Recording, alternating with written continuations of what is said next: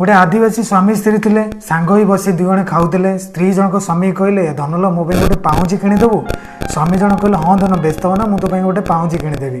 तापर दिन जमी सकाल समस्ते काम गले स्वामी जनक भी गला गोटे कम सारी संध्या बेलू समस्ते फेरुता स्वामी जनक फेरिले। स्त्री जनक व्यस्त हो से लोक को पचारे आ समस्ते आसिले मो स्वामी कौन पे आसिले सांगे सांगे से लोकटी जन कहला सी कौन गोटे व्यस्त भाया जना पड़ा मालिक को कहला तो गोटे पाउंजी किणीदेव बोली। मालिक जन कहला जदि तुम पाखे गोटे मास दिन राति कम करू मु जो पैसाटा देवी से पैसा तो स्त्री की तो पाउंजी किणिकी दबू। और तापर दिन गला से दिन गला तापर दिन सब समस्त कम कर कथा गले।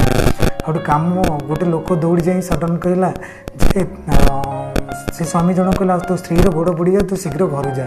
स्वामी जनक दौड़ी दौड़ी आसिले देखिले जमी स्त्री गोड़ पड़ जाए सांगे सांगे मेडिसिन गले।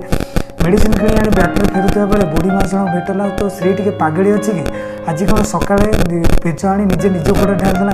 स्वामी जनक जाए रागिकिना पचारे तू ये कहीं कलु से स्त्री जनक स्वामी कहले जदि यही पाउंज मो पाखर तोते गोटे मास अलग रहा पड़े ताले मोर गोड़ एमती पोड़ी रही था मोर पाउंज दरकार नहीं। मर के भी दिल से